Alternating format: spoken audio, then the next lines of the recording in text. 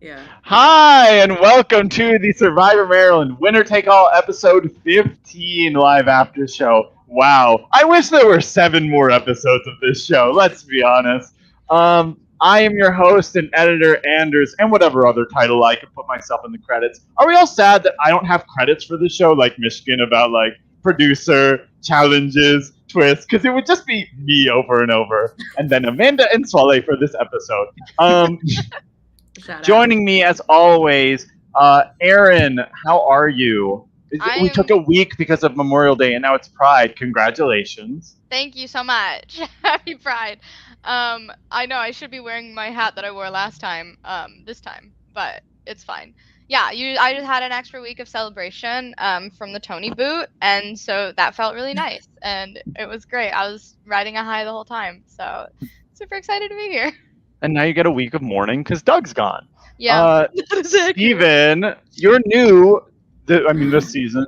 Introduce yourself to the beautiful and wonderful audience. Hello, world. My name is Steven. I had the opportunity a couple years ago to do a podcast this Survivor Maryland with Naomi, and she helped bring me here today, and I am a Sam stan. Sam Stan. And let's just bring it up. More people need to have that opinion. Yeah. Mm. And that's why Steven's in the top row today. And that's why he's in the top row. Joining us again, but just as a reminder for those who aren't as excited, Naomi, who are you? And why should we be so thrilled you're here? Well, obviously, I'm very important because one person really loves me in the Discord. Shout out to Big Mike. No, I am one half of the amazing podcasting duo of Stephen and Naomi. We used to talk about Survivor Maryland, and I've missed Stephen talking about Survivor Maryland with you so much. I am part of the team at Survivor New York, and also I'm annoying on the internet just independently. And I'm very happy to be here today. Thanks for having me. Wow, annoying on the internet. What a cool and unique niche to have. And you're saying you're doing it in the reality TV community? We need more people like you.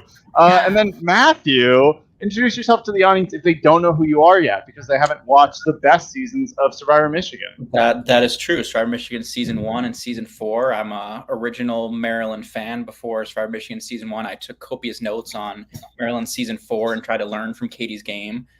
Didn't have the same exact results that Katie did, but I guess you can't replicate greatness. So she's showing why, she's one of a kind and, potential future 2-time college Survivor winner, Katie on. So, I tried to learn from the best, but I couldn't duplicate it way back then. So it's hard to do. There's only one Katie on, and only one Sam, and only one JS.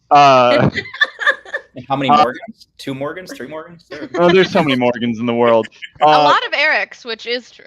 No. Yeah, but don't call him his nickname. That's a problem now. Before we launch into the episode, we have to, and sorry, jump scare for everyone. We have our eliminated contestant joining us for a quick interview. Woo! Doug, welcome. Hello, thanks for having me and give everyone the jump scare warning. Jump scare warning. I got a roommate.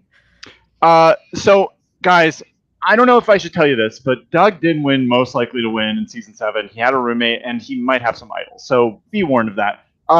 Doug, last time you were here was 4 years ago. Just a little bit of time. And back, in that time, you hadn't graduated medical school yet, right? Nope. I was like halfway through. You were halfway through, and you were going through a world of everyone hating you and wishing that you were not in this game, and then celebrating when you lost, but also going, worst season ever.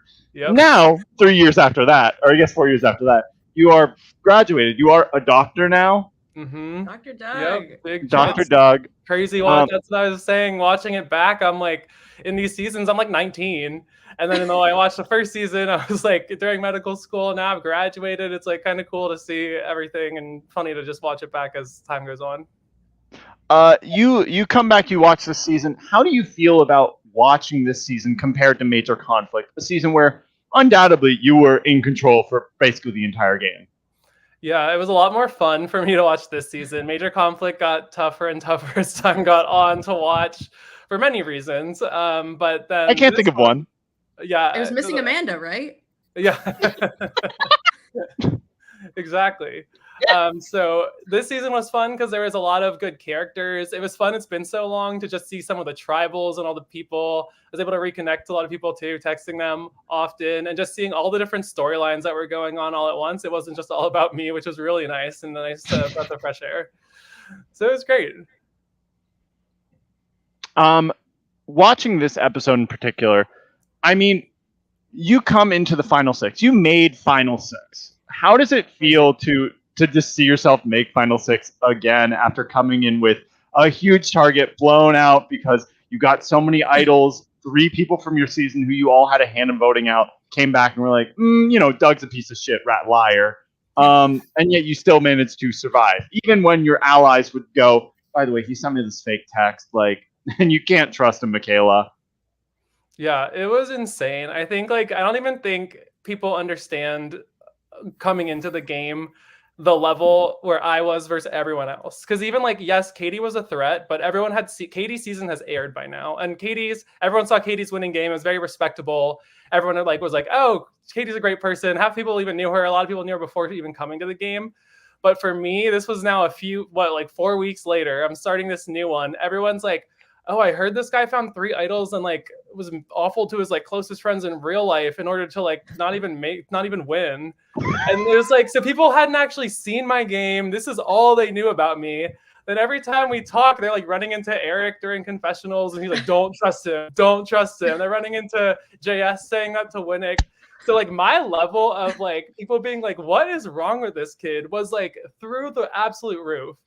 So it was really crazy kind of going in and being oh my gosh, having all these crazy little things like Dylan making a bad text and somehow me getting the blame for it, even though I was playing so careful every single step of the way.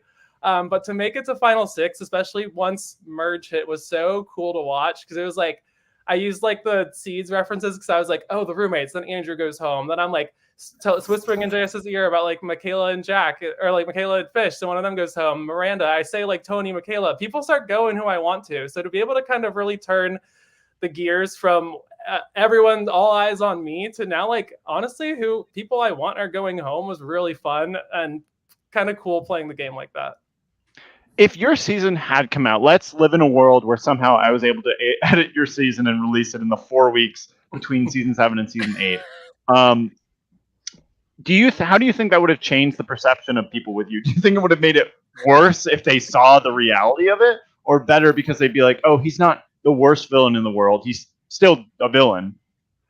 That's a great question. I honestly don't know. I think that's what helped the most was we were doing pretty, besides the fact we lost the first one and there was a +1 on the newbie side to get rid of, where they would still have the numbers. We won a bunch of challenges. So there was a lot of time for me to kind of wiggle my way in and kind of do everything I could to form the relationships that I needed to, get a legacy advantage, pass it off, things like that kind of happened in the winning stretch before that we even had to go to tribal again. So that is ultimately what led me, and Katie bullying Jess in the bathroom, that kind of helped me survive enough to have a little bit of power in this game.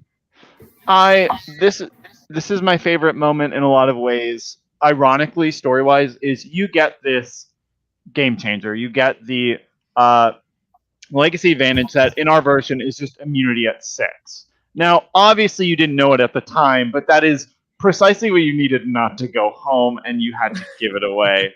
Now, looking back, how do you feel about that choice to give it to Jess? Is that still the choice you think you should have made, or should you have kept it in hopes that you end up in a scenario where you're at final 6 and you need immunity? What was honestly funny was when I watched myself find the game changer, I didn't remember I did. This was again 8 years ago, and I'm like, what, me? I didn't think I found anything. That's crazy, because Jess pointed it to me, so I kind of gave her the credit for it, and I gave it away. I think that, as you saw, when I gave it to Jess, that kind of was the first bridge of trust I was even able to kind of build in the game, because that was my first piece of power that I ever had. So I don't regret it. It was crazy, the full circle moment of the legacy coming into play, Eric getting me at the last thing. It was my full 2-season story arc of Survivor. I was just oh my gosh, of course, this is all kind of crumbling down and kind of the perfect storm of oh, I could have done this to save me. But it is what it is, and it's kind of how everything played out. Yeah, and I will say too, I don't think you make it to 6 if you don't do that. Because Agreed. like a big part of of why that did build a bridge, and then also like a big part of people targeting Michaela was like, oh, she has the legacy, like blah blah blah. So it's like that was always a point of contention, especially down the road towards 6. So yeah, I don't think you even make it there without doing that. So Exactly. Yeah, there's no way you do. I just think it's funny that that is exactly what you needed at 6. Yeah. Your alliance with JS, the ringleader alliance, is you talk to a bunch of people at the merge, but the relationship that matters outside of the returners for you is the ringleader alliance. You and JS is important for you, not being the name that comes up during the Dylan vote. It's important that you have the inside scoop so that you can get JS once the McQuad betrays him. But obviously, once the Tony vote happens, actually before that, after Michaela's done, and you don't need JS, what was that relationship like for you?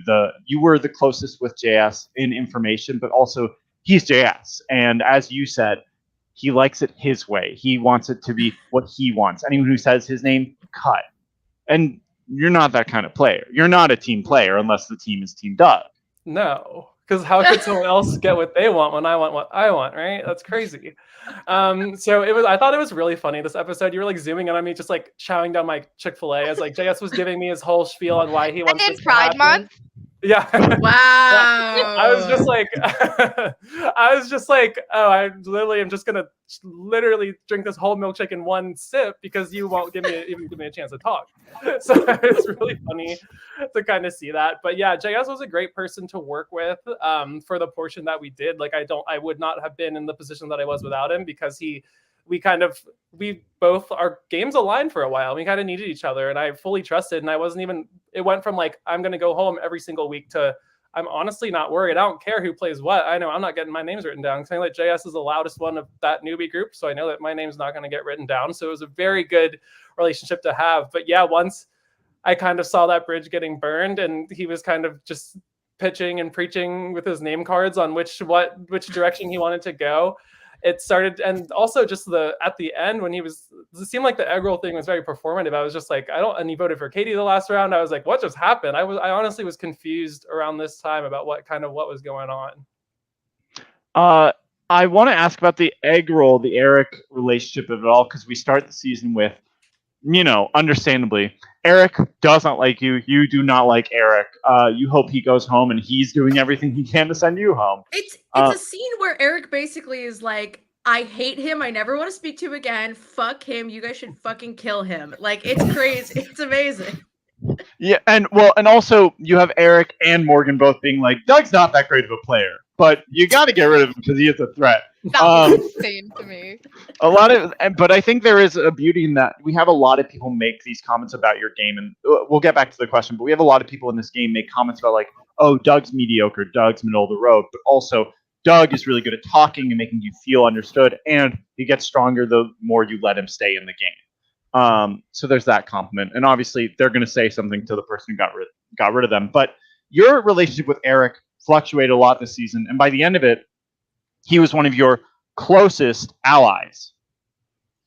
Yeah, I think, that was funny. I think watching my target being like, oh, he found these idols. Oh, he did this to his friends. Oh, he's a social threat. Oh, he's great. Oh, he's mediocre. I was like, oh my, what am I, guys? Pick one. Like, everyone just, every week it felt like the target was like changing, but never quite enough to like pinpoint and like pull the trigger, which was kind of funny to watch, to see everyone's different perspectives on that. Yeah, my relationship with Eric, again, another kind of 2-season arc. It started off, as you could see, very rough, and it got to the point where I was like, during like the mutiny times too, and I was getting frustrated because people were telling me that he was telling all the newbies on their tribe this, because there was so much like inter-tribe talk, I felt like at the beginning. I was just like, geez, I'm going to come in here and not even have a chance to play my own game. And then it was kind of like funny, I think, as the mutiny was happening, I was like, you could see my face. I was the most shocked, I think, when all the newbies flipped over, because I was like, if Eric comes over, I'm voting him out. I don't care, guys. Like, you all stay with me. I'll vote him out. That's not a problem. But then as obviously, like, we won the challenge, we kind of worked together and merge, and our games kind of aligned the most, rather than, because then like Katie and Morgan, who are working with Michaela, for example. So it was really funny to just kind of see how we really changed just our way to get, like, honestly, like, our games aligning the most. I do think it's funny that you and Eric are probably the most similar in that way, but also two Dougs can never exist. That's why the ringleader alliance would never work. Right. Well, let's say that Eric does come over and none of the newbies leave. Do you think Eric goes if you guys lose? If I was about to say Pascala, if Sababa loses, Jump scare again. Jump scare, major conflict reference. Major conflict. If he comes over, does Sababa vote out Eric, or do you keep him because the returners have 5?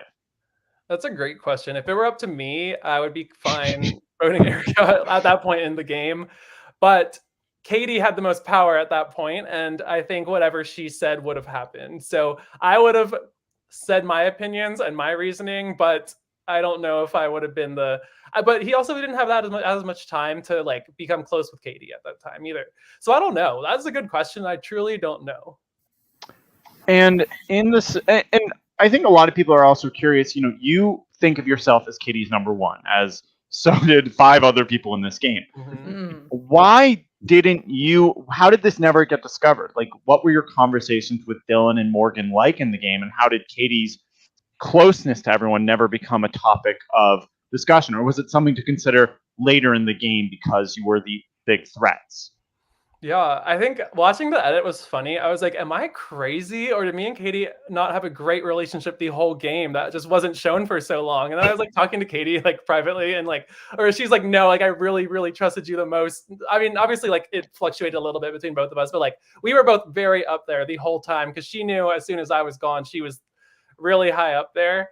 So that was very funny because me and her were just always very close. I think she did a great job of playing the game where she always kept her relationships hidden. She always was willing to kind of throw people under. I think because she proved it to us multiple times because she said, I'm very close with Andrew, then would vote Andrew out. I'm close with Tony or Dylan or whatever, then like vote them out. And it was like, so because she was also voting, she's admitted to being close with people, but also voted a lot of these people out. We were like, all right, well, she's doing everything. She didn't really lie about this stuff. She always told us she was close with these people and also voted all these people out.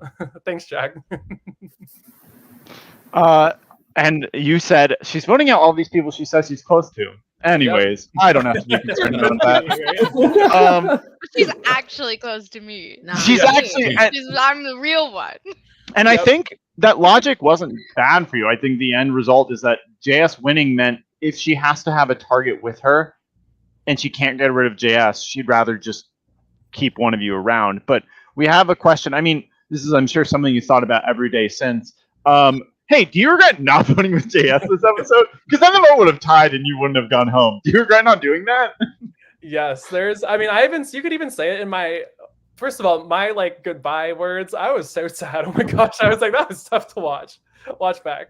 I just remember being in such shock that I was just like, what? Like, I was like, wow.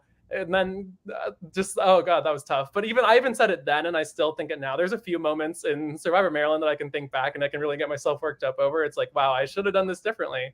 And I feel strongly about it. And this was one of them because I was like, there's a lot of ways things could have went, I think, for me, which was like very frustrating. So during the last vote, there's the one scene of the 4 of us returners on the video chat. That was like the last night before Tribal. And I was the one that was, because we all were like, we don't really care. Because I think we all realized like as soon as we break the bridge with someone's going to go home.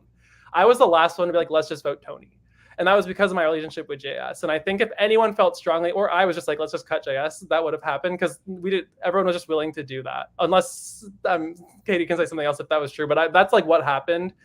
So then watching it, I was like, dang it, because if I don't think Tony would have won in the poll challenge, then we would have voted him out versus, if I would have voted with JS, I could have tied with Eric, and then it would have been Morgan had legacy. Would it be rocks between Katie and Sam?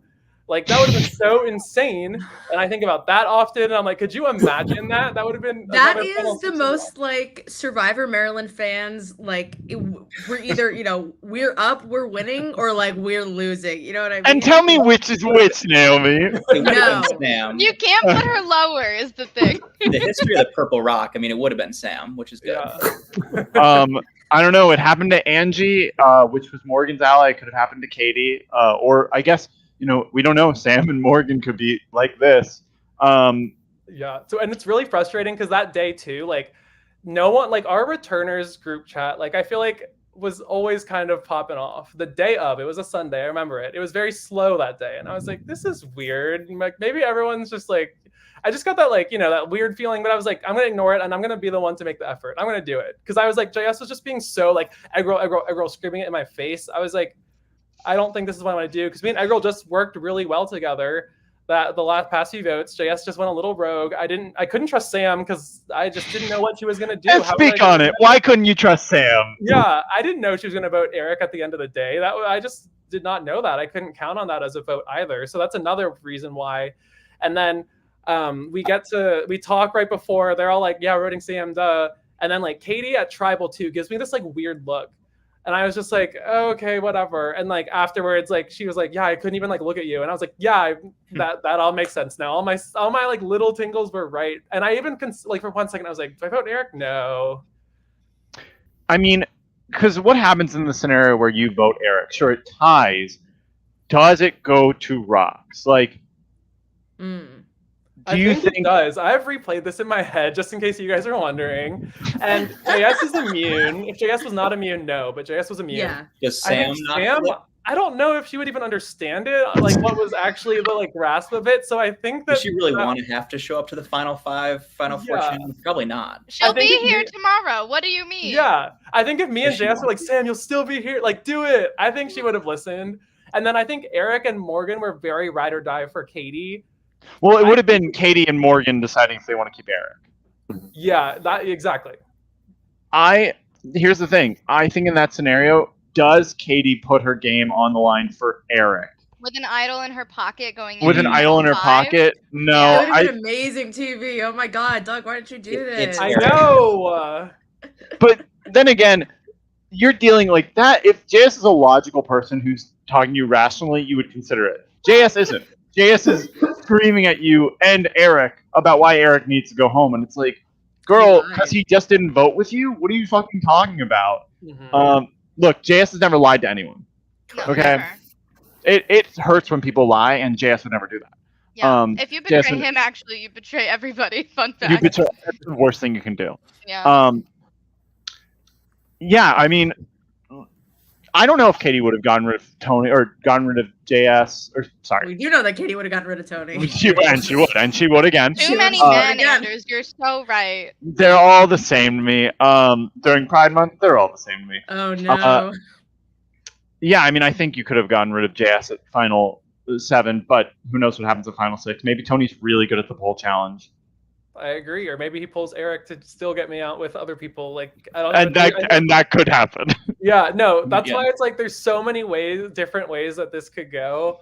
It's just crazy to think about because it's like I set myself up where I could have escaped. I didn't, but there was a chance, which was all I kind of needed or wanted.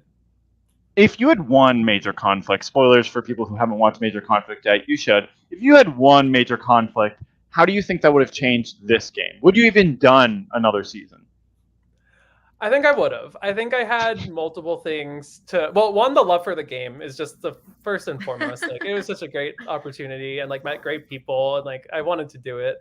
But also, I just for many reasons, like I wanted to prove. I think a lot of people were saying a lot of things about me, and now especially watching it back online, especially saying a lot of things about me about. Like doubting my ability, saying I'm not even good at the game, all these other things that were kind of crazy. I was like, okay, I did bad things personally, sure, but I was like, to say I'm just a bad player at the game, geez, I was pretty in charge of it. So it was, I wanted to be able to see if I could do it, like, just like be able to still do it and play a completely different game. And I think that my adaptability really showed through this time because I played from coming in with a kind of an advantage last time, knowing two people that wouldn't turn on me basically, to now being on the bottom, coming in with the only relationships I had were people that wanted to turn on me. Yeah. And I think the comment point is so true because that's entirely why Katie came back. She said, people online said I played like shit and I'm going to prove them wrong. And the truth is, people online will say anyone plays like shit. It doesn't matter. If Katie wins, we need to say this win doesn't count. So she comes back and tries. But people online are saying if Sam wins, it's a bad season. And it's like, are you blind? Are you dumb? Hello? Her game has been laid out in front of you this whole time. If you don't get it, that's on you. That's on you. Sam wins, you have to say she was deserving so she doesn't come back again. Look, Sam said she knows where she's going to be, and the name of the game is Survivor, not out strategize each other. It's survive, all right, and she's done it. So She be outlasted mad. me. Yeah. Doug says he's one of the greatest of all time in this episode, but who's still here, Sam or Doug? Not for long. You do the math. Not for long. Does anyone have any other questions for Doug about his gameplay this season, how they feel about him, what he's done wrong in his life that he deserves to be punished for? Right. Any questions about that? I guess. Oh, I can. I was just gonna say if this vote had gone, or if you'd won immunity or something like that, I guess were you planning on going after Katie at 5, at 4? I guess what was your ideal final 3? Ooh. Yeah, I think the overall plan would have been JS would have been at 6. I'm pretty confident if he didn't win immunity, like there was pretty much no way JS doesn't go this time. And then depending on, I would have felt out Eric, Morgan, Sam, I guess, tried to form a tight bond with her, and then we would have just seen what I could do if I were able to get Katie out, whether it be 5 or 4. I think 4 was more likely, but I was just gonna have to see. Okay, my question, of course, is what do you think you learned from Major Conflict that you were looking to like change or do differently in the season? Like you're coming in like, okay, new Doug, new me. Everyone's talking shit, but it's fine. I've changed. I, went on summer vacation. What were you trying to do differently from Major Conflict into this season? Yeah, Find 4 idols. my first like goal was just like have fun with it. Like don't get in too deep with this. Like you're playing a game and treat it that way. So like go in, make moves, do what you can, see what you can kind of do what you can out of it, playing from everything you can. And I think that I was able to do that, which was really cool. I think just meeting all the fun people and being able to just like be like, this is the game moves. I was like, as you could see during all the tribals, like I was stirring the pot. I'm not like a confrontational person. I like everyone to be happy and everything like that. But I love me some drama as well. So even like you could see this last episode during the poll challenge, I'm like being this messenger and I'm like, why don't you just say it? Like, I'm just like, keep feeding the fire. I'm like, let's go, people. So like, I love just being a part of it and being able to kind of have fun with the drama of the game and see all these different people and relationships kind of unfolding and still being able to work with all these different things, just given this like new set of new people and seeing if I could really do it with all these different kind of layers going on. So Morgan, at least the way the edit shows, is the lynch. Yeah, Morgan mentioned. Like the key to this episode to voting you out. What was your relationship with her like? Because we see a lot of Morgan and Katie, but we don't see a lot of Morgan and you. Yeah, me and Morgan, we had Morgan, I think, was similar. Like Morgan and Sam, in my opinion, were in terms of their game, like how involved they were regularly, just a little bit on the lower end compared to like me, JS, and Katie, who were like living, breathing it. So me and Morgan would meet every once in a while, but we had just kind of this mutual respect and relationship that was great. And like, we still could like clock each other to each other's faces in confessional. It didn't really matter, but we were still kind of had this understanding with each other. Like we were going to just go on all the way because we were very annoyed by a lot of the people that were coming in and trying to do all these things, that the fact that we overcame all these returners being, or like all these newbies being so gung-ho against us for no reason, basically. And the fact we were able to do it and come this far, I think that we both were like, okay, let's just finish this out and close this out all the way. I have a question for you. Let's say at merge, let's say the returner newbie lines immediately dissipate. People are like, this is actually stupid as hell. We're not going to do this. If you could have crafted your perfect alliance or final 3 from the 13 people at merge, who would it be? Obviously, including yourself. That's a tough one, honestly, because I think that it changed so much. And also my like for people personally versus at that moment in the game was so different. I think I would have liked, Katie would have been in there for sure. JS, I liked working with him a lot. He would have been in there, definitely. I'm trying to count who. Eric, maybe Morgan, and fuck it, let's put Sam there. So like Dylan Selps, me and him had a great relationship. That wasn't really showing much. He would have been great. Tony, Jack, and Tony too as well. I think would have been good working with me. I think overall, so I feel like those are a lot of the people that I would have probably more aligned with. Not you and Andrew. Not you and Andrew. I was gonna say Doug High, big fan. Other than the fact that you didn't just mention Andrew there, but yeah, I don't know if you've watched these. I've been talking up your game for 2 whole seasons now. I love you. I think you're incredible at this game, and I think that you do hold the title of one of the greatest of all time, like in College Survivor in general, like genuinely after watching you for 2 seasons.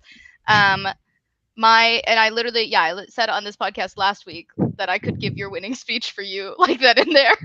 But I love the way you play this game. I think it was phenomenal. So my question is just like, what was your favorite memory from this season? Be it like a personal one, be it a strategic one. Like, what was the moment where you look back and you're like, that was when I was having like the most fun? That's a great question. I want to say I have watched these, by the way. Usually it's like a day or two later, so I can't like be active with commenting and stuff, Erin. But your comments have been very appreciated. Naomi, you've also been a loyal supporter as well. You were like the two people that supported me coming onto this season, I think. And maybe I don't know if there's a third person out there. We can keep looking. Yeah, I think so.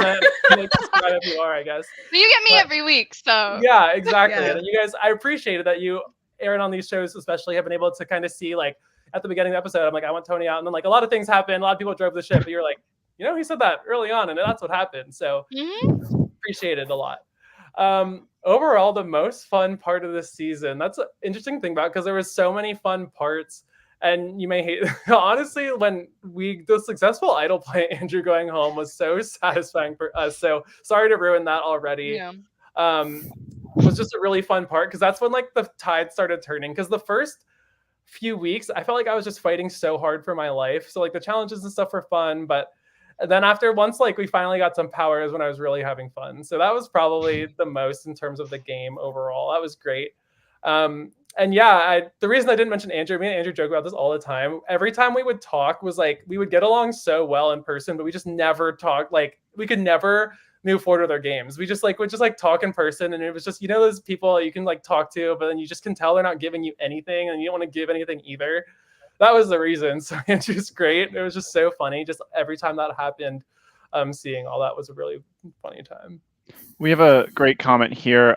Is there anyone from Major Conflict you wish had played in this season? Like Angie or Dane, your two besties. Let's get the Dane train going, everybody, in the chat. That's hilarious. I honestly think no. There's not a fourth Major Conflict person you wish was there that you voted out? Josh? Yeah. I'm like, I think I had a hand and like voted everyone out, and I think it was too soon. If it was just like a few years or a year or two out, it would have been fine. But I was like, Mike was like the most neutral person, which was great. Morgan was pretty, honestly, once we talked, we were fine. Eric obviously starting was like, oh no. So even having those people was just like a handful of my own. Anyone else, I feel like everyone else just got even deeper in the game because they all like, Morgan was the first merge boot and they all were pre-merge. So everyone else from the season that I was friends with just continued to make it, we got more and more hurt as time went on. So I don't know if that would have been great. Oh, great question. What if Santi had... Can you imagine I bring you back and I bring Santi just to fuck with you again and be like, so the roommates are in the game. No, I think you should have done like a loved ones challenge where like Doug's loved one is Santi in it. Santi was already there. Santi showed up a bunch. Santi was the first person after I got voted out to talk me through it and everything. So it was very supportive there for me. If he was there though this time, that would have been very interesting. There's no way either one of us don't make it out of the first try. I'm assuming we would have been split up, but like there's no What am I fucking insane? Of course. I didn't put you and Eric on the same tribe too, because I'm like, what am I, stupid? Exactly. And look how it turned out. We're friends now. Exactly. Love it. Yeah, I had a choice between putting you and Mike or you and Morgan together, and I'm like, well, I'll put Morgan because she seems like she'll care the least about it. Mike just seems annoying about it. Yep. Like yeah, Mike just gave me the "Why are you here?" and then just kind of kept. And then we moved on from that really quickly. Oh yeah, of course we can't forget about Evan Mungan. I forgot about him. What's Gucci, yo? Oh, Katie just hold on. Let me read this. Okay, yeah. Katie's saying if there had been rocks, she would have convinced Sam to vote out Doug because at that point, voting for Doug means I already burned that bridge. Whereas flipping to vote Eric out means one less ally in the game, and having to hopefully mend things with Doug, I lose all the power. To that I say, you're going to convince Sam to do anything? All right. If a plan relies on Katie. Sam does love Katie. They have a That final would've been two? Crazy Katie though. says she could have, I believe it. Like me and JS is like the devils on like one of Sam's shoulder and Katie on the others. She would have just been so overstimulated. To be That fair, answer is why Katie is so good, though. Yeah. if I- if Like, what a JS good is telling answer. Sam vote out egg roll, and Katie's going vote out Doug, who's Sam gonna listen to? that's I think fair. the beauty of Sam is that she kind of like people have been, we'll get into it later, but like she just lets JS talk to her, but she never really listens to what he says until like kind of right. Like she just does what she wants to do at a certain point. It's just that JS thinks that she does what he wants her to do. Mm-hmm. And did Sam even know my name until She did. She never She voted. did. Okay, good to know. Once Dylan was gone, she knew which one was Doug. Did you ever have a single one-on-one conversation with Sam? There is a one-on-one conversation I cut because it didn't add anything to the episode, but it's like JS said, talk to Sam. Doug goes to Sam and it's like, oh, hey, what's up, Sam? And Sam goes, I want to vote out JS. And then also says, by the way, I also voted for Andrew. And Doug's like, what? Yes, that did happen. What? When was this? This wasn't this round, right? No, this was like the round that Dylan went home. I love her so much. I talked to her like 2 times, and I just think that she was like, yes, I forgot. She was like, yeah, I voted Andrew with you guys, and that was just like, I was like, I literally can't trust a single word you're going to say the rest of this entire Did game. she think she did? Maybe she thought she did. Maybe She really I just think- says shit. Yeah, she was making it up. Just like when Eric told her that he had the idol. He didn't say that though. He said, I just can't tell you. No, I know. That's the joke I'm making. Well, Sam knows best. And who had the idol? Not Eric. Well, not yet. We don't know. Oh, how did you feel when JS pulled out that random necklace? He had told me that was going to happen before. I remember that conversation and being like, "What? Like, what are you getting at?" Kind of thing. Like, it just seems a little bit mean at that point. But I was like, "Whatever, do it, see what happens." But then I thought, I don't think I visited the stairwell. No, I think I met with Sam in the cafeteria. Ugh, tough. That's why I didn't make the edit. Yeah. Exactly. I should have. I didn't know. You never told me. We didn't have that good a relationship, I guess. Doug, do you think after the season you're going to go up on the rankings of 500 college survivor players?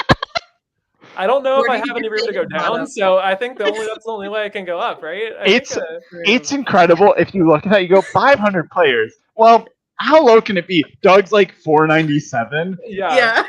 and my thought is, of all time. That list probably needs to be updated too. So you're probably more like 597 out of 600 at this point. Yeah, something like exactly. that. I was gonna say maybe I'm like 590 out of 600 at this 600, point. Listen, Cooper James is just a couple spots above you. So Yeah. And I'll say this. Better to be hated than in the middle. Imagine being like number 2, whatever. Who cares? Number Yeah. 497. When they were thinking of this list, you were immediately on I the was bottom. gonna say, yeah. I'm like, did I hurt someone else? we can't all be top 50. Matthew, Well, what number are you? Do you know? I forgot. Oh, I think I Well, was someone in higher the than top that. 10 is still here in the game. True. That is true. They should have. Katie? They should have Katie? known. Katie. No, it's Morgan. Morgan's in my top 10. I'll say it. I think Morgan and Eric are also very high on this list. I think they're on the higher end, yeah. Yeah. Sorry, Oh. Doug. Well, I guess my ranking still proves to be true if they're all above me anyway, and they're all just outlasting me. And they are. They made the finale. Do we have any other questions for Doug? I was just wondering about idols. I feel like you were so notorious in the idol sphere on Major Conflict. What were you thinking in terms of like, are you actively looking for them? Are you taking a step back so that people don't associate them with you this season? What did you think about going into the season with idols? That's a great question because, like, yeah, Major Conflict, I feel like I had the idol clues earlier rather than later. So I was like very proactive about it. I was able to kind of look at them, look at the clue, go find it. I was one of the quicker ones to just be on top of it. This season I tried, like you saw after the one thing where we all went to that area when Dylan found it. So I didn't know he had found it. Like Dylan was my TA in one of our like pre-med classes. The night before an exam, he takes me out, just me and him. We were looking for over an hour. And I'm like, Dylan, I don't think it's here. This is after he had found it. And then after this, I found out like the later on when I found out he has it. I'm like, Dylan, you literally could have just not looked for it. Like it really wasn't that serious. So I actually, before the Winnick vote, I thought I was going home through the votes being read. Like I knew my name was up there after I thought it wasn't for a long time. Then I thought it was for a while. So I actually, instead of like doing anything, was literally just in that area, like on my way to tribal, basically looking for the idol, if anything I could pull out, because I thought I was going home. Like I'm sitting there at tribal, like I'm like, okay, I'm going home. Like this was a good run. I'm sad I couldn't do more. And I see that I didn't go home, and I was like, whoa, this is crazy. And then with the Katie one as well, we had like JS had this like little like one of those like it was like a kid's toy, basically. It was like a garden hoe thing that was just like a one strand of metal. So we're like broad daylight. This is in the middle of campus, basically. We're like ruffling through this thing, but Katie had been like a little bit sus about the clue. She was like, I would like, what's the clue? Once like I knew Michaela showed her. And so we kind of, I still didn't know if she had found it at that point. We were like, oh, it could be one of the girls, blah, blah, blah. We basically didn't think the idol would ever come and kind of interfere with whatever I wanted to do. But so I did try every time to look for it. They just every time was in the hands of someone that found it prior to me. The issue is that Doug wasn't given 4 clues after everyone had given up and just listened to the clues and found where the idol was. That also played a part. Yeah, Dylan only needed 2. He didn't. It wasn't a Josh situation where Josh had 800 clues and went, I guess the idol's gone. Hey, not too much on Josh now. Josh was obviously following in the footsteps of Micah in that moment where he said, yeah, sure, an idol, who cares? And, you know. Yeah, but instead of getting the idol and not using it, which is something that Micah did and then Doug did, he just gave the idol to someone else. It's fine. You didn't get voted out with 3 idols. You nearly did. Still here next week, baby.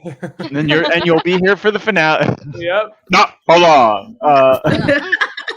I will say also the meanest thing I've ever done to Doug, besides the entirety of Major Conflict and the way that I sort of handled that final tribal. Besides editing Major Conflict. Besides editing Major Conflict and then every single tribal with Doug, is immediately after this, all the jurors had to participate in a challenge.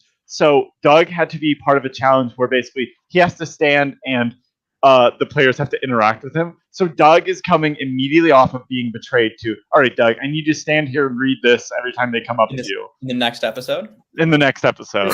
I remember I literally texted Katie like an hour ago and I was like, she was like, and you filmed the challenge. I was like, I remember being like unwell and being to Andrew's like, you're literally like, you're kidding. I'm not doing this. And I remember that, and I remember being like, I need you to do this is the thing. And I was filming like this in my head, like I didn't even like look at anyone. I was being so like bitter and petty and annoying because I was like so sad after just being voted out. I was like, I can't even deal with this right now. So I'm like filming and like turning my head. And for anyone wondering why I would do this, it's because I needed 6 people to help me with this challenge. And who's gonna be at tribal anyways? And then, and then yeah, it was a great running thread of the episode where more jurors just like kept showing up like right in time for the Doug blindside. It was pretty great. They were showing at first, but then they kind of trickled in. So they heard it was going to be good. Yeah, they were gooped by it. Fish really did not expect Doug to go home. All right, anyone else have any final questions for Doug? Doug's been here so long. All right, well. Doug, congratulations on being a doctor. I'm glad to know that hurting all of these hearts has made you want to help ones now. I think back to that one confessional. I'm a good guy. I volunteer at hospitals. Like, I'm a good person. Would you trade your doctorate degree to win winner take all or no? Be honest. Not quite. Not okay. quite. Close. Okay. Okay, what about Major Conflict though? Maybe that one. Maybe. Yeah, Doug. How much has losing Major Conflict affected things in your life? More than it should. No, I'm kidding. And then Doug, are you in the fish tank? I am in the fish tank. Big fish fan. Yeah. All right. Well, Doug, thank you so much for joining. Truly one of my favorite players I've ever had. So glad you decided to, after a horrible last moment in your first game, said, I'll do it again. Sure. And then got even worse feelings this time. Yep. Hey, it can only get worse. Yeah, that's the message we're taking away in Pride is it gets worse, kids. Exactly. Hey. I mustered up the courage against all the YouTube hate at the risk of it. I was like, I'm coming on. I'm doing it. Look, it's Pride Month. We had to celebrate you. Thank you. And also thank you to Anders, Erin, everyone for this season has been so fun to watch from like me as like honestly a fan now, because it's me 8 years ago. It's just like watching me as a player. So it's been so fun seeing you guys like editing and then talking about it as well. Seeing all like my friends playing this game for a second time has been so fun to just see everything play out. It's been very appreciated, and all the guests and everyone coming on. So you guys are all great. We have a great question here. Doug, how does it feel to be a part of the worst college season? That's crazy because he's not on Michigan All-Stars. That's such a bad question. Doug, how do you feel not being on Michigan All-Stars? I'm kidding. All right. Well, Doug, thank you so much. Always love and respect. Can't wait to see you next week. Good news is, no matter the result, people can't be screaming at you. Well, they will find a way, but you can't be the one that they get mad at. Winning vote for Sam next Final Tribal. Yep. Well, when it's a 9-0 vote, all right, you can't be mad at everyone. All right, goodbye, Doug. You're welcome to stay in the background, but you're going to be in the background. Bye, Doug. Love you. All right, now let's talk some shit about Doug. How do we feel about the episode? What a wild episode. The penultimate episode, our Pride episode. Our Pride episode. I'm joking. Next week is also our Pride episode. I thought it was fantastic. I was gagged. I was on the edge of my seat. Like at a certain point, I was like, oh my God, they're just going to vote out Sam. That's crazy. Oh, well. And then it sort of changed. And I was like, oh, like we're putting in the work. And listen, I am part of the Empire. That's the EM Empire, the Eric and Morgan fan club. We're here. We're proud. And we are thriving at this point. It's amazing. It wasn't until like you started focusing on like the discussion of like, Doug, you had this advantage, you gave it away, now Morgan has it. What if you had? I'm just like, maybe he will go home. It wasn't until like that point it clicked at Power House, like maybe it's not just Sam, like because I just kind of written it off like Sam's going home. This is what it is at that point. Yeah, I mean, you're going in the bottom row for that. How dare you? Sam can never go home. She's literally. For a Sam stan, you were pretty resigned to the fact she was going home, when a real stan would be in denial up until she got out and then still be like, well, maybe Andrew's coming back next week. This is also a very funny comment. Well, Delaram. Dale Adams. Founding father. Not the first 3, 2, 1, which I was like, I had to go back to the wiki to find, because I think Holly went out in Terrapin Trials, right? Eric gets it. Eric, this is why I like you. Yes, I'm pretty sure Holly went home 3, 2, 1. Thanks, Victoria. Victoria. Yeah, we didn't get that from Doug. First thing I would like to mention about this episode is it looks like Katie got a haircut. Looks fantastic. Her hair looked amazing this entire episode. It's incredible. She had a beautiful haircut and then she sang like an angel. 10 out of 10. So I just had to mention that. That was the only. I literally starred that in my notes because I was like, yeah, it just looks great. But overall, we'll comment on the bodies of everyone else in the game. I didn't comment on the bodies. We'll do it now. No, you're trapping me. No, but I thought it was a great episode as well. I think it was definitely like you could kind of see it going either way, and there were hints of it throughout. Like early on in the episode, Katie says like, "Well, nobody is gonna want Sam out like ever." So it's like that seed was even planted early on, where she's like, "Yeah, Sam's respectfully, in their opinion, Sam is not gonna win." And so she's like, "Why would anybody ever want to vote Sam out?" And then it comes up, but that's like still under the assumption that everybody has that JS is not going to win immunity because, you know, of his master plan of throwing every challenge up until now. Best story payoff. But yeah, I think that the setup was there, but I think it was still like a big blindside to the viewers. So I thought, yeah, overall, great episode. Yeah, I spent like the latter half of the episode being really frustrated about the Eric and Morgan conversation because I was like, how does Morgan not see this perfect plan that Eric has? And I was like, Eric needs to be pushing harder because he's like, oh, it needs to be Morgan's idea, which sounds nice. But if Morgan's not coming up with her on her own, you got to just be direct and give it to her. So I was like, like maybe Eric missed his chance to kind of pull it off. And then once I saw the third Doug vote, I was like, nope, I guess he didn't. So props to Eric. And, honestly, this one, I guess we don't really know like who ended up convincing Morgan. Was it Eric? Was it Katie? But like, could this actually be more Eric's move than Katie's move? I don't know. It's pretty good work by both of them, but if you're in Morgan's shoes and you're just like, fuck these newbies, like fuck them so hard, I just want to return her at the end. You're like, yeah, we get rid of Doug, but like we can also get rid of a newbie. I love that attitude because genuinely, like, yeah, they should end the game how the newbies started, where it's like, yeah, it is fucking newbies versus returnees because you made it that way, and guess what? You fucking lost. You dropped the ball. But does Morgan want to win? Well, can she, Matthew? No. It is a victory if all the newbies are voted She out. did say she thought she could be, at some point she said she thought she could beat Eric. So is she like thinking about being able to win?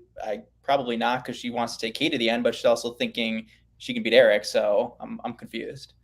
I mean, what's a greater victory than just being like, LOL, look what you tried to do and you failed. In that way, she's ready to win. She gets a The self best jury speech. If that's her $1 million, then I guess that's her $1 million. I mean, we heard her jury speech in the next time on, where she's like, I've been like, I don't know why people don't think I'm doing anything. I'm cute and fun and flirty. It's like, yes, Morgan, absolutely. I texted Anders and I called her the London Tipton of Survivor Maryland, and I stand by it. She's incredible. She's like, I'm gonna go get funnel cake. Like it just. I wrote down that line. I think I'd rather be at Pilates too. Yeah, the sacrifice. I also wrote down that line.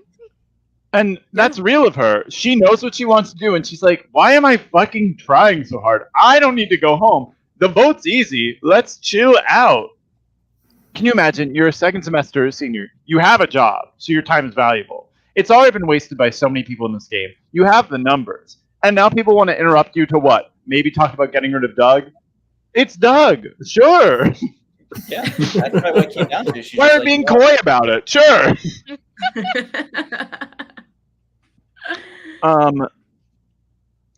We also, so this episode is very funny because JS is on his revenge tour, just like amazing. We have after Miranda said, "Oh, Michaela threw out your name," lying. JS goes, "Michaela, I've never liked her. She's the worst person in the world. She has to go." Eric manipulates JS very easily. In fact, manipulates everyone very easily. And JS goes, "Lying? In the game of Survivor? Can there be a bigger villain?" I mean, how do we feel about JS's actions this episode in regards to Eric? Well, JS is on a revenge tour against silence. The minute that any question is posed to anybody, JS is an answer.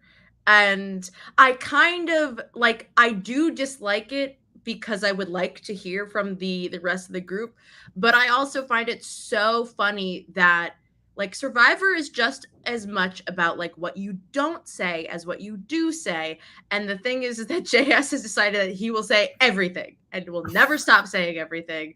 As long as you know that he is out to get Eric, it's fine. It's, oh my gosh, it's a lot. And I JS I think is at this point a time capsule. I don't think this is the person that JS is today.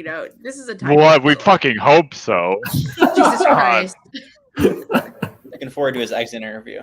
Yeah.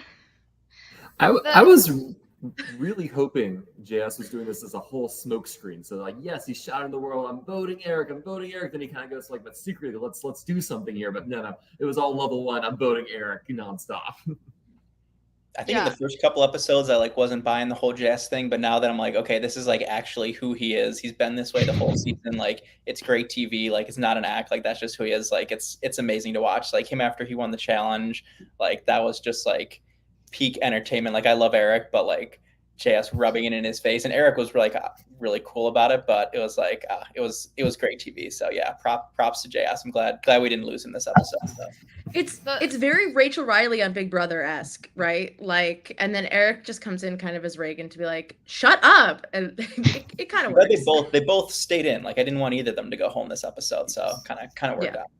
I think the most upsetting thing to me about JS staying is that I fear I'm going to lose my eyes next episode from rolling them so much because I almost did this episode. Like Well, Joe can't roll them for us anymore. exactly. That was another thing. Like you could see, like my favorite thing about Doug and JS's relationship throughout the season is that you can like visually see Doug getting more and more fed up and like less and less patient with JS, and it's so funny. Because I'm like, I've been like that since day one, babe. So everybody else is just catching up.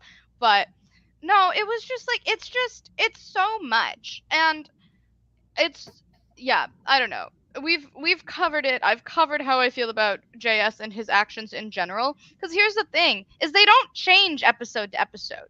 If he's anything, he's consistent. Like he's a giant hypocrite, and he is extremely annoying, and he is over dramatic. 10 out of 10 all of the time, and it's unnecessary. And I'm sick of it. And I love Eric so much for being able to just like sit there and take He it was in amazing. stride and take it on the chin and like have some comebacks and be like, he's just mad that I outwitted him. And it's like, yeah, you're exactly right, Eric. And Eric called That's you. the thing is everybody else knows this, that JS is like just gonna talk and talk and talk. And Morgan says he just talks and talks and he would talk forever if you let him. And that is 100% true. And that's why he doesn't see anything else coming. That's why he thinks that whatever he wants to happen is what's going to happen. Because he is the only person he lets himself hear. So if that's all you're hearing, then of course there's nothing else that could possibly happen. I mean, we see. I mean, the talk about this is just maybe this is a smokescreen for his real plan. The issue is that JS is so hyper focused on getting rid of Eric that, as Doug says, why is that good for my game? Like, oh, that's so good for my game. Like, JS only sees his perspective, and it also makes it so every time he's pitching to people, it's ineffective because number one, you're talking to Morgan and Katie and Doug, who are competent enough to be like, we know you're selling us bullshit. And number two, it's like, to vote out Eric? Why? Like, because he lied to you? The issue is that, like, JS is playing a round 2 game, which is being loud about this person is untrustworthy, instead of a round 15 game, which is how do you get to the end? And how is Eric going home good for literally anyone? Like, JS pitches Eric as both a huge threat no one can beat and also terrible and will not win this game. In like the same breath, in like the same sentence. Yeah, that is not a good pitch because you're being annoying about it, and it's just he can't be both. I mean, is his pitch to does he go to Doug and say like Eric is in Katie's pocket, like, yeah, you're keeping her around as a big threat, but like you're next, like, is that the logical pitch, instead of saying, oh, I want Eric gone because he lied to me, like, is that the pitch that if he goes to Doug with the more, hey Doug, this is why it's good for your game, is that the pitch that maybe works this week? I think it's better than whenever he did. Did he think the vote was egg roll? 100%. JS thought the vote was egg roll 100%. He thought there's no way these people vote for Sam. Like, they're going to vote for egg roll. And so the fact that the only people who voted for egg roll were him and Sam, he was shocked by. Which is, girl, how? How are you? He only hears himself. That's why. And he encapsulated his entire game in saying, Eric betrayed me and therefore betrayed everybody. Because JS thinks that he is the entire game. I have been thinking a lot about like the jury, the people who go to the end who are deemed like unwinnable, especially shout out Ashley, like my all-star. I love her because I watched All Stars maybe like a year ago again, and I thought that she had such an interesting like path to getting votes, not to winning, but to getting votes. And JS, I think, is on this such a strange path where he claims like, oh, I can change people's minds about me and I'm pissing them off, but I'll change their minds. But he's not doing anything strategically that would demonstrate that he has any control over the game. At least Doug, in all his unlikability on Major Conflict, was in control of the game in a way that JS has not been for weeks now. And the fact that there are, is it 3 or 4 returners left? 3 returners left in the game, or 4 at this point. Like, you had 0 power, and you should be trying to weasel your way in rather than demonstrate that you have the most power going on right now. Because he And doesn't think that. Like, he is right now an underdog, but he is not going to play like that because he's never going to believe that that's the position that he's in. And because that is the position that he's in, and the jury sees that, and he is not a sympathetic underdog, like, where is that going to get you? The only votes really of the merge so far that JS has had control over were the Miranda and Jack votes. Yeah. Like, he didn't necessarily push for the Dylan thing. That was a Michaela Fish thing. He wanted Michaela to go home. And then, obviously, like, even the Michaela vote where he wanted that, you know, JS was, again, in the position of he thought everyone was going ahead with it, where the real drama was Eric and Doug deciding if they were going to do it. But I think that it's interesting when we talk about Final Tribal and about these people, because JS believes he's had control the whole time, and he's very loud about it. Does that resonate with people, or is JS being loud and obnoxious just a continual, like, okay, but you're full of shit, and we know that, and I'm just going to tune you out? Mute. The jury broadcasts it on their faces every laugh. time he talks at Tribal. Like, Andrew is cringing every time JS talks. Jack is jimming the camera, like, straight up. Like, jacking the. No, Naomi. I stopped. Not before you said it. They're like, they are broadcasting exactly how they feel, and JS sees this week after week after week and continues to think, no, but I'm doing the right thing. He's gonna have a big reveal at the very end where he's like, I did this because I needed to get here, but here's all the things I did. Please love me. I can't say that he's drawing dead at the moment because I think he could beat Sam and Morgan in a Final Tribal. So is he helping himself? No. But is he totally dead yet? No. I don't know. But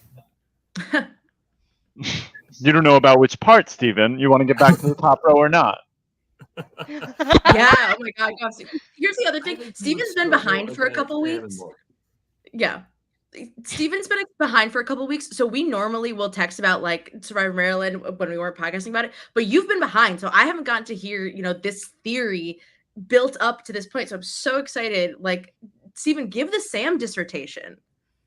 So, one thing I loved about Sam is very clearly laying out what she's doing. Like, we know exactly her strategy, what she's doing, and she's very clear and direct to that, right? Well, and I think that gives her a very clear story at the end of the game. Now, different question, is that the story the jury wants? That's the jury decide. But I think what she'll have that's unique is a very clear, direct story. Like, here's what I did, here's how I set up myself. I understand how you're perceiving me, and I played off of that, right? And if I had done things differently, I would not be at this point in time. And I think that's a real strength to her game. On top of that, I'm continually amused by her giving JS grief at every turn. Like that's the emergence of that over the course of the season has given me life. I think there is so much credence to someone who is consistent, and consistent in a way that is also not offensive. Like, Sam is where she is, you know. Is she playing strategically? Is she playing a mastermind game? No, but you know what she's doing? Not getting votes, not going home. Doesn't need to worry about it. And you know, you can complain about that strategy, but she's playing it, and she's not quiet either. She says it in her confessional. I'm very careful with what I say, and if you don't see it, that's on you. And it could be it gets to the end, and like, let's say there's a final 2 with her and JS. JS has ticked off everyone in the jury somehow. We won't say how. And you know, Sam lays out, you're like, see, JS, this is my shield. I maneuvered and used him to get to this point. And I think that there's gonna be a lot of credence to having that being the strategy then. When Sam at Final Tribal whips out her British accent and goes, "Oh, I've actually been controlling JS the whole time, innit?" No, here's my thing. If she does that, yeah, I take it back. Of just JS in the finals in general, regardless of who he's up against, I just feel like, does the jury begrudgingly vote for him if they don't, you know, like either of the other two options, or do they consciously make the choice to vote against JS? Because that is kind of where it lands. Like, I feel like more people would be like, actually, I hate your gameplay. I don't like what you did at all. You pissed us all off at every turn. You're saying it's intentional. That doesn't make it better. So therefore, I'm going to vote against you. Mm. Or if the jury's But looking for Erin- humility. I mean, I think that only happens if he's there with Morgan and Sam. I think if Eric or Katie are there with him, then he doesn't stand a chance. And, Right. Yeah. Erin, if I say I'm authentically a horrible, if I was doing this for the purpose of getting to the Are we end, having this being conversation mean, again? should I win? No. Well, let's talk a little bit about Eric in this episode. I know we didn't hear a lot about Eric. No one was talking about him. No. Yeah, I mean, it's just incredible he pulled off a 4-1 to 1-1 vote. I mean, it is impressive. Yeah. And then he gets the backlash he deserves with someone screaming at him after they win immunity. So, I mean, Eric also pushes. I mean, it's gorgeous. Eric put aside his Doug rivalry and then finally sees an opportunity, goes, I don't even hate Doug now, but like, I want him out. I think it would be funny to get rid of Doug. And then it happens. He gets rid of Doug. And here's what I love too, is these past 2 rounds, what Eric has done more than anything is saved Tony and Doug a snide JS comment on their way off of their torch getting snuffed. Which, I mean, huge props to him for that one. But, I mean, yeah, I'm a huge Eric fan. I love his game. That is no secret. I think that he is continuing to do incredible things. Telling JS before Tribal that, like, that it was going to be him to spook him in case he had an idol. Incredible. Genius. When you don't know where the idol is, absolutely yes. Like, it's just these subtle things. And, like, that's what JS is so mad about, whatever. But Eric knows that he has the relationship being Katie, that he needs to not go home. Like, he's just doing incredibly. Well, also, I think that a lot of Survivor is like,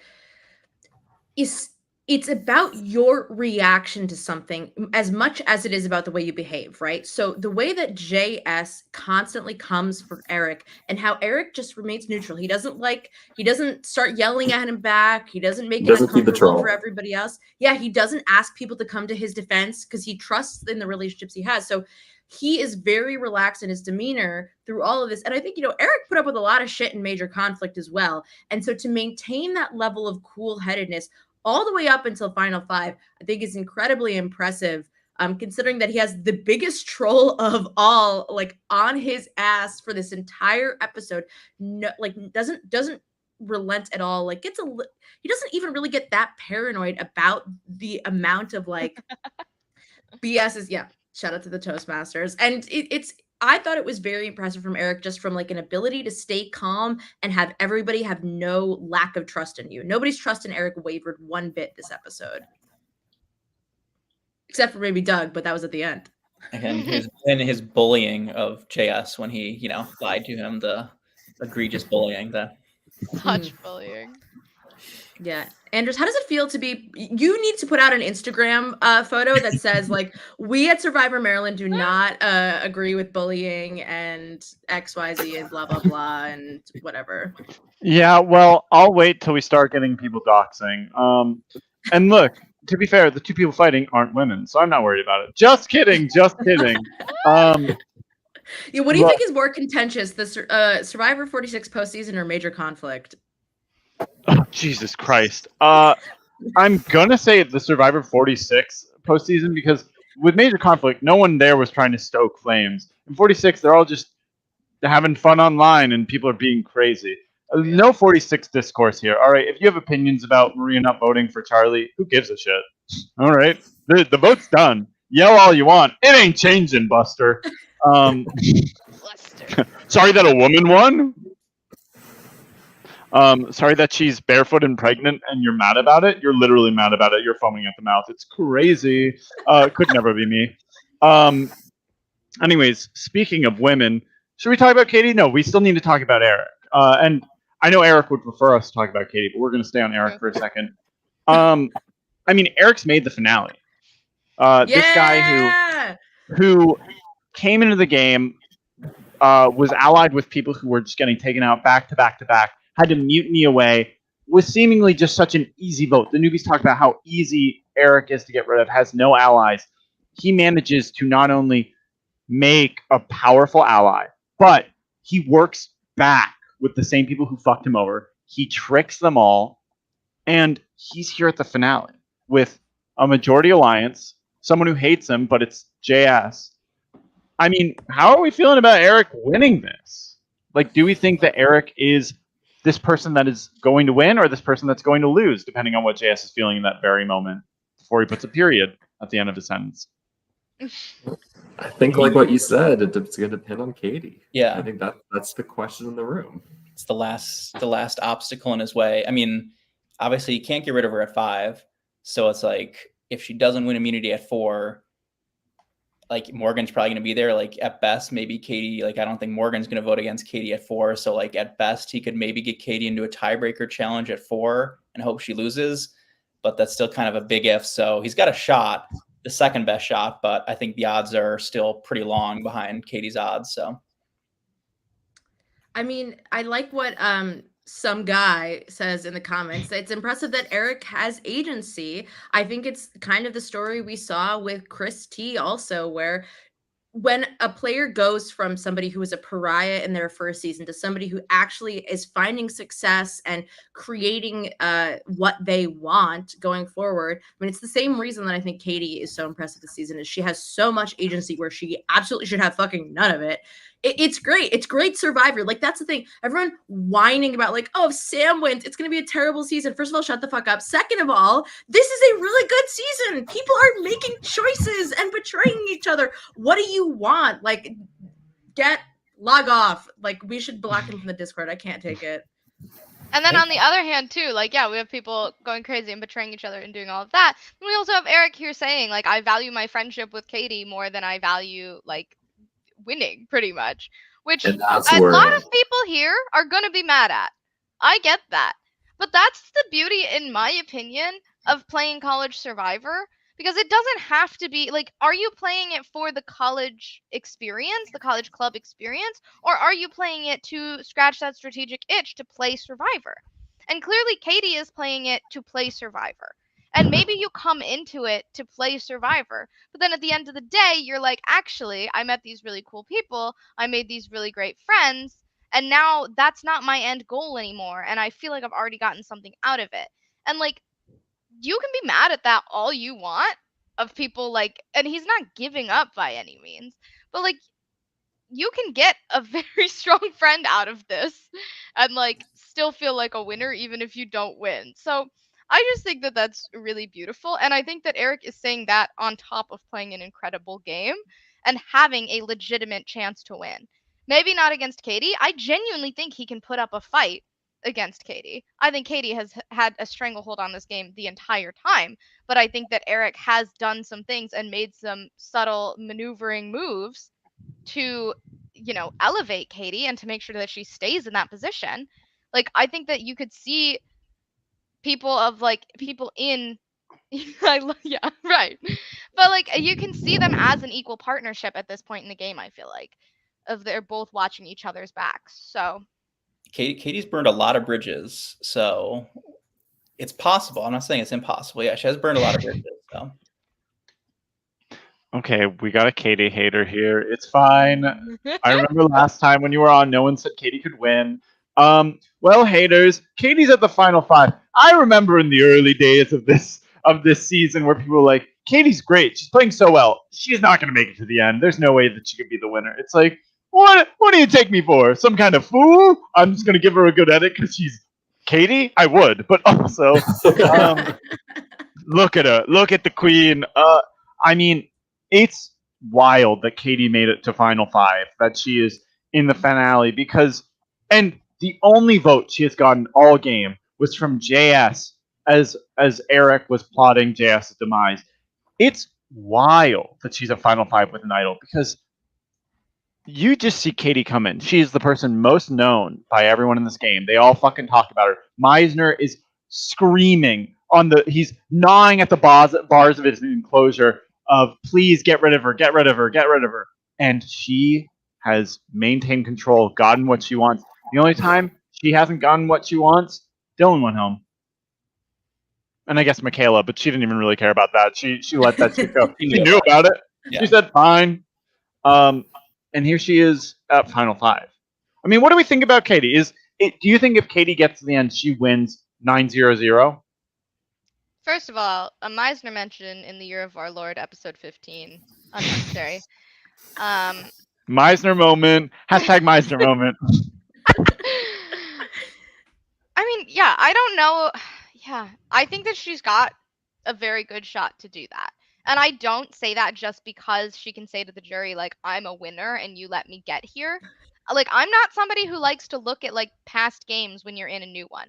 Like, tell me how you played this game. Tell me how you did in this game. And how Katie has done in this game is play it in its entirety with a full stranglehold on it the entire time and has not let up and has not had to let up. And like she's had moments where she's like, you know, in the minority and still is fighting and has had this huge target on her back the entire way. And in that has still maintained agency, has still maintained relationships and enough people that are watching her back at every turn.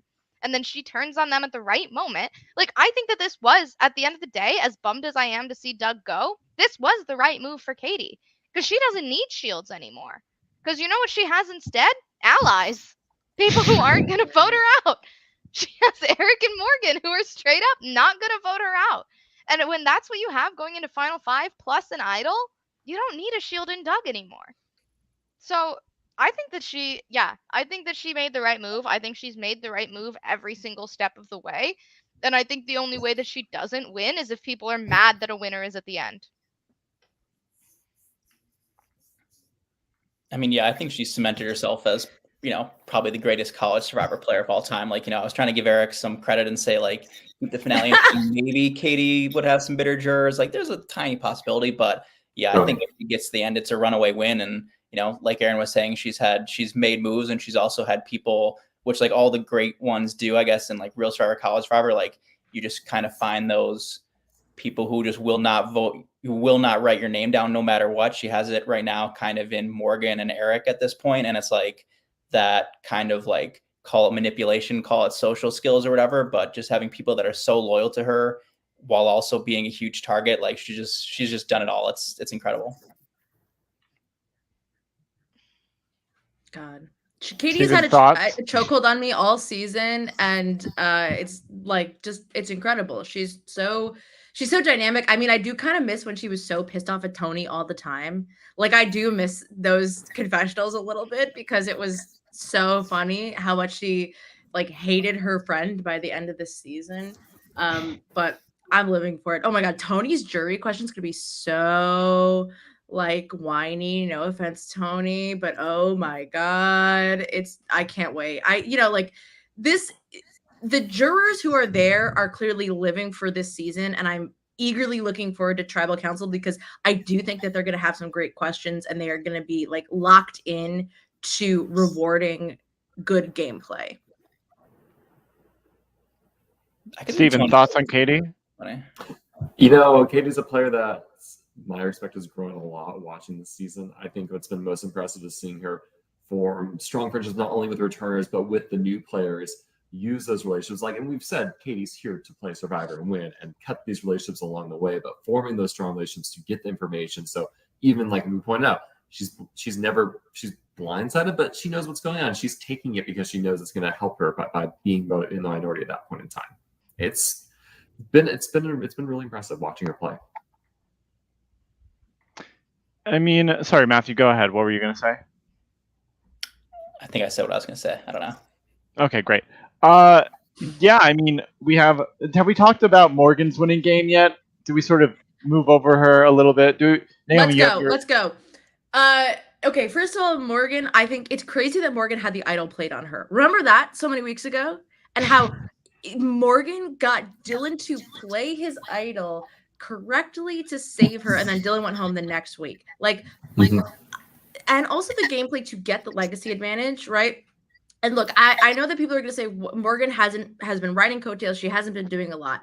And I think that the thing to remember is like part of the strategy as a returning player this season is like, don't do too much because then they're going to look at you. And the whole point of keeping people like Doug and Katie in has been to keep the people in front of you who are stronger and more powerful and more on display so that you can vote them out. Yeah, exactly. Some guy's so true. But also, I think that she has been an active participant in the way that you need, where you're like, I can rely on Morgan's vote. I can rely on Morgan to be a part of this plan because she is logical. Like at the end of the day, she goes with the Doug plan, right? Because she knows it's the best thing to do. She might be a little bit of like, fuck all these young kids. I'm going to win. I have a job. I don't need any of this. I don't know. I don't think that she hasn't been doing, nothing. Some people I think love to say like, oh, Morgan hasn't done anything this season. And I would disagree. I will push back a little bit on the Morgan got the idol played on her. I don't know how much she didn't know the vote was going to be her. She didn't even ask for it. It was Katie and Dylan it was Katie who pushed for it. Yeah, Morgan was a beneficiary. Dylan's terrible. I agree with Cody's comment that says like Morgan can't win, but I think she's great. You know what I mean? Like I don't think that she's. I just think she's neat. Neat lady. Yeah. Very Marge Simpson. Monica Culpepper. Sorry, Stephen, go ahead. I just kind of echoing Naomi. I think she has a very straightforward pitch of her game. Of like it became newbie versus returner, so I knew what I needed to do. And again, this is assuming Katie's not with her at the end. I positioned myself behind Doug and Katie, worked with them, and formed strong relationships with them. I knowing that they got voted out, I would be here and victorious with one newbie left. Ignore them. I don't know. Here's my thing. That's not even the pitch we hear Morgan give, though. She's not like, I've been here, I've been playing behind these people intentionally, blah, blah, blah. Even in her own pitch, she's not setting it up as like, I am this strategic mastermind, I've been doing this. She's like, I am cute and fun and flirty, which she is, which I love. I think Morgan's hilarious. Yes. And I don't agree with the last few words of that, but yes, her in the balloon challenge was an amazing showcase of her game style, where she just stands there and does nothing and lets everybody else go at it. And yes, she stayed in for a while. She didn't end up winning. And actually, I think got herself out, right? By like the No, it was Fish killing her balloon. Okay, but still. It's just like, yeah, I think you can. And yet, let's look at the final four of that challenge. Tony, Miranda, Michaela, Fish, all gone. So true. I think you can say Morgan is not really doing anything, considering at any given moment she'd rather be at Pilates or doing anything else, but instead she has to have these conversations. So I just feel like, I feel like it's not that she like, I feel like she can't win. I also feel like that's not necessarily her goal. And Jesus I think that Christ. her goal now is let's get these newbies out. I think that's great. I think that's totally fine. I think it's funny because like technically, like if like she just turned into a completely different player at the final five, I think she could win, because if she like got rid of Eric next and then like worked with Sam and JS at final four to get rid of Katie, then had two moves on her resume and has Sam and JS next to her, yeah, she could win, but that's not who she is. So is she in a position where she could win technically, but like, is she gonna make it happen? No. But if Morgan was a completely different person, she could win. Yeah. Wild. I mean, what do we think is going to be the final three of this season? We're here. There's 5 people left. Only 2 of them are getting eliminated next episode. The other 3 are going to be there. So no matter which way you cut it, one of the people we're so certain will win, of the Katie, Eric, JS, Sam maybe, is going to make the final 3. I don't know why you threw that third one in there. I would say Morgan. Final 3, I think, is going to be Doug, Santi, and Tim. I don't know. I think that the roommates are finally going to betray Doug. I feel like, they've taken it as far as they can, and I think they're going to. Exactly. No, I actually have to think about my answer. I only thought it was a joke. I think I'm gonna say it's the returnees. I'm gonna say it's Katie, Eric, Morgan. Yeah. I think the only question would be like, would Katie try to get Damn. would Katie at 4 think about getting rid of Eric, or would she just be like, that's just an unnecessary, like, would she try to set up a final 3 with Sam, or would she just be like, it's unnecessary at this point, there's already a lot of blood on my hand, I'll just be nice and take Eric and give him second? I think she's got her pick of that. Yeah. I don't think she's intimidated at all, is the thing. I think that if they're smart, they vote out Katie at Final Four. And I think that hopefully, whatever the result is, I hope that there's this big moment of like Eric being like, maybe I should vote out Katie at Final Four. Like that would be so exciting. Even just to see him weigh the options in his head of whether he should or shouldn't do it. And on the flip side, I just feel like Sam is going to be in the final 3. Like I feel it in my bones. Like I don't know if she's going to win, but I just feel, that's the universe working in mysterious ways.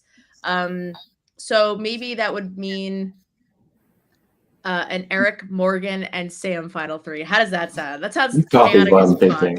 What if the season's been leading up to Sam versus Katie in a Final Four tiebreaker where Sam wins? The immunity queen Sam. Right there. We don't know what the Final Four tiebreaker challenge would be for sure, I guess. So yeah, it's like Bible versus it's something, so she'll be fine. I'm so glad this happened so many years ago, so that you putting that in the universe didn't actually do anything. Well, it could happen. Look, when Andrew comes back and he gets to the final 3 and loses to Sam, what a wild finale that'll be. No, not too much. Yeah, I think it is an interesting question of, do Katie or Eric betray each other at Final 5 or Final 4? Because I think that is on their minds. And, does Eric betray the only friend he still has in this game after losing them all? Does Katie betray one more friend? Does Morgan go, I'm done with Pilates, time to game? Does Sam go, hello, governor, here's how I've been playing. It's me game. She's had a mustache the whole time. I've actually never been valedictorian in it. And then JS, turns out he's actually been super nice the whole time. He's just it turns out JS is an introvert. Crazy. It's just editing magic. It's all just that every episode I go, all right, how can I just sort of bend it to make it seem like JS has actually never fought with anyone? Yeah, it's actually all Frankenbites. Yeah. Can you imagine if one of his confessionals, you literally he almost broke the audio? Because I was watching on my television and my eardrums. Many times. I try my. There are many times he screams and I have to try my best. Yeah. Wouldn't it be funny if we start the next episode and we have a confession from Eric going, I think me and JS really tricked everyone. How would you guys feel if that whole thing was planned? Unwell. That was a McQuad special, right? And that was Tribal Council. I would need some genius music for that review. Yeah. And listen, we all know I loved all of the fake fights that they had every time. Yeah. Okay, be honest. How would you feel if we get the final tribal and JS and Eric are both there? Or it doesn't matter, honestly, if just Eric is there. And he goes into a whole thing. We Ocean's 11 this shit of just showing you the lie that they didn't like each other and how they've tricked everyone all season. If I wait till the 11th hour to pull out that reveal, do you feel satisfied, yes or no? I would give you a daytime Emmy, that's for sure. I think I'd find your house, personally. Oh man, I just think we're all a little bit JS'd out, and I say that with a lot. Then you're gonna hate the finale. I'm gonna hate the finale. It was nice to have that week-long break. I gotta be honest. It was pleasant. Well, I had to wait for Pride Month because if there's anything I'm proud about, it's this show. I want to see JS in the jury. I think JS at Final Tribal might be a little much, even though I love him. But I want to see juror JS rather than Final Tribal Council JS because he might hog a little bit of the air. That jury's gonna quite literally jump him.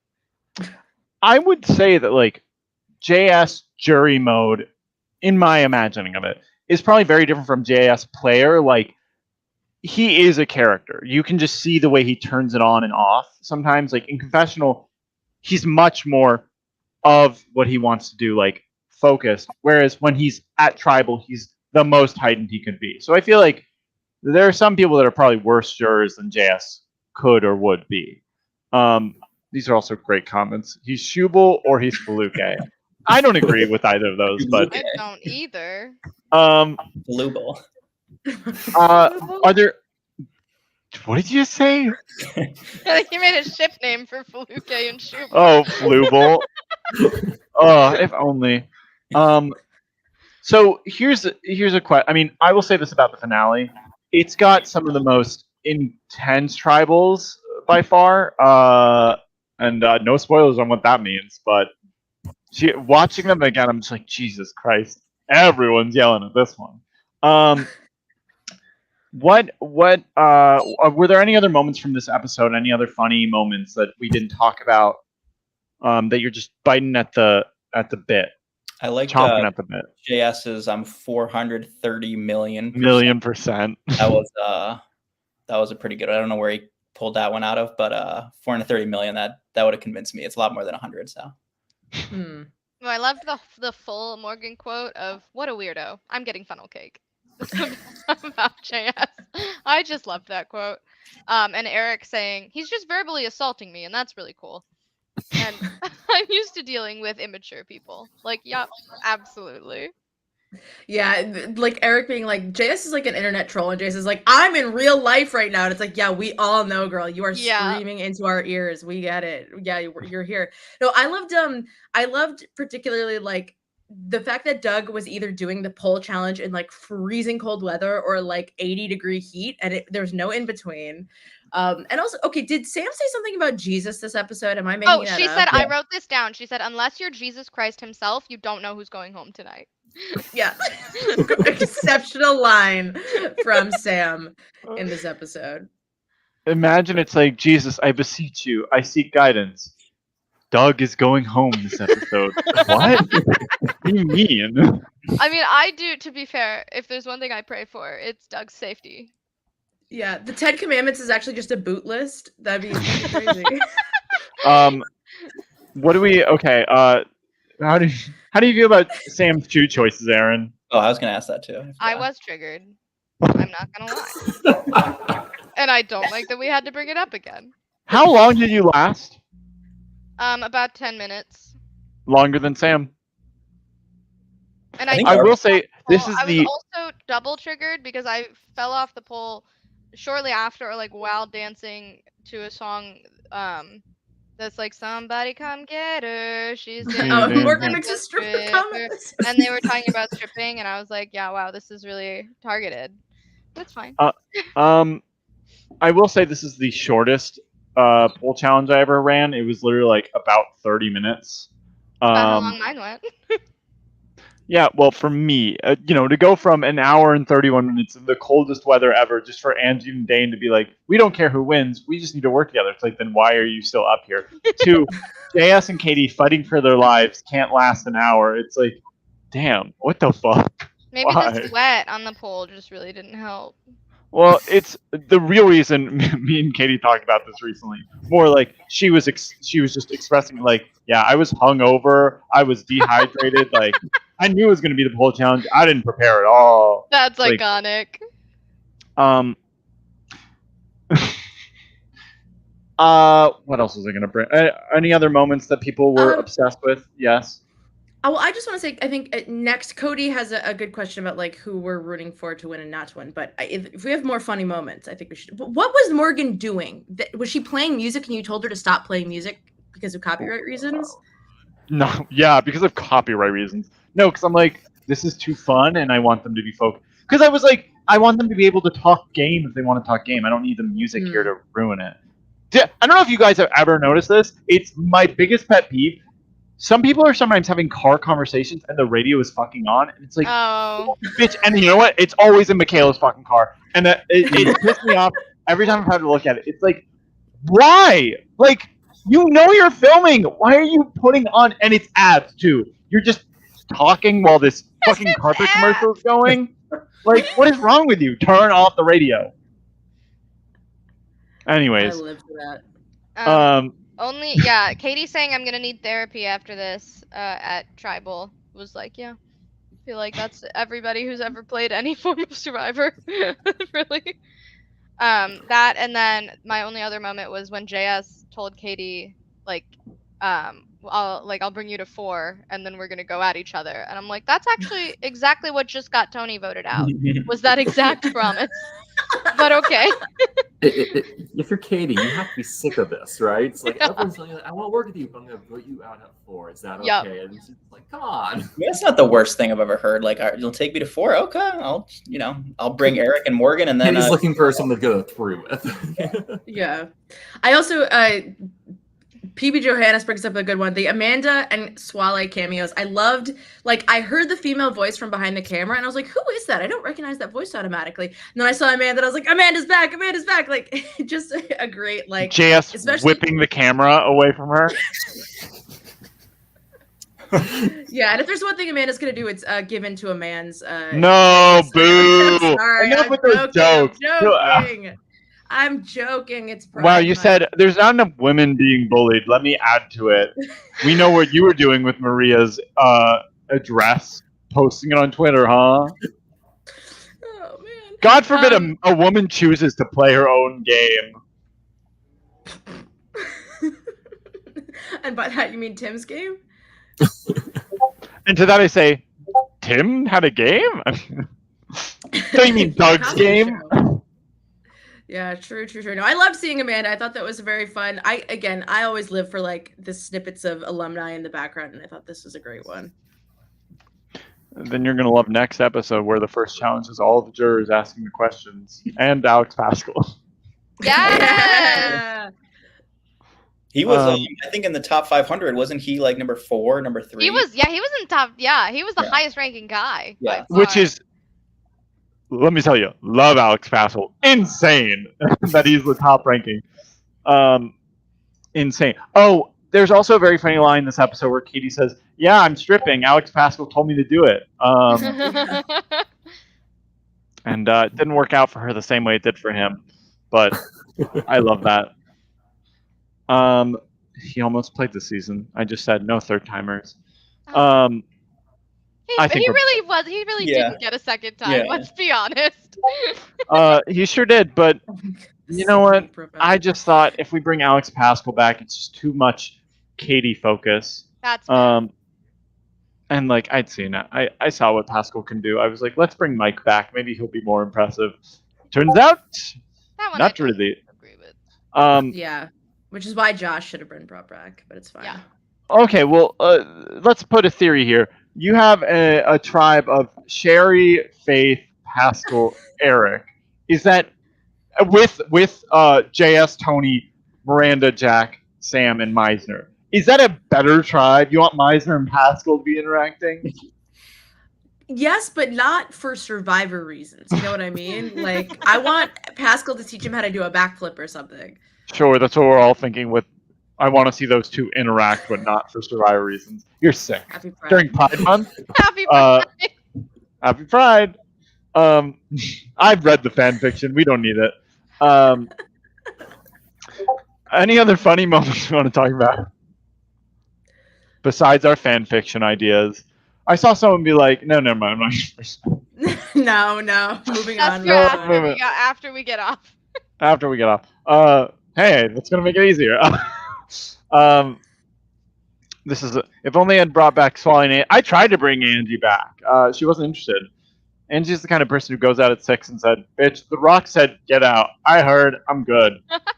She's appeared though. She appeared during the whole merge JS lies to Katie conversation. You don't remember that one? It was like all the others. Any other funny moments? All right, Slay. Let's do winner picks. The final round of winner picks, and you only have 5 options. So if you pick wrong, that's on you. Erin, I swear to God, if you pick Andrew again, you're not showing up next week. I am gonna go with Katie because I said I think it's an all-returnee final 3. So if that's the case, then Katie wins. Wow, only in that scenario. Naomi? I think I've been loyal. You know, Eric was speaking to me when he said on the episode, "Hi to my fans, Yep. hi back to you, Eric." I'm going with Eric, just because I think it's a wonderful story, and I think there is no sweeter idea in the world to me than Doug voting for Eric to win this season. I think that would be beautiful. So I'm voting Eric in this race. I really don't want to see JS win, and that's no offense to JS, who's very kind to me, but I just I think that I would be shocked if the jury voted that way. You know what I mean? And I would just not understand it. No offense. No offense. I would hate it, and I think he's a horrible person. I get it. I would not be a bitching that it's a bad season. Don't get me wrong. I would say it was a great season and a crazy ending. Okay, chill out, Steven. I mean, I think we have a really heartful moment where Eric cuts Katie at 4 and Eric takes the victory. I would Matthew. I would like to see that happen, but I think I was on Katie from the beginning. I strayed a little bit and switched it to Jack, but now I'm course corrected. I'm back on the Katie train. You know, in my mind, it's going to be Katie and Eric as co-winners of the season.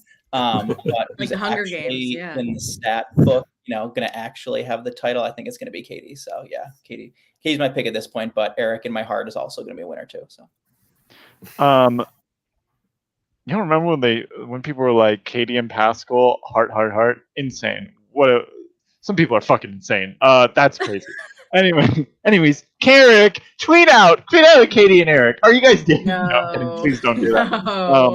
No, you and Katie just got married like a few weeks ago. Me and Katie did get married. I am Katie's newest marriage. Hopefully it doesn't end the same way it did with the others, where she divorces me by voting me out. First Dylan, then Tony, and hopefully not me. All right. Well, thank you so much, guests, for joining me for this, our penultimate episode during Pride. Let's all talk about how proud we are, whether we're gay or straight. And that's it. There's no other sexuality.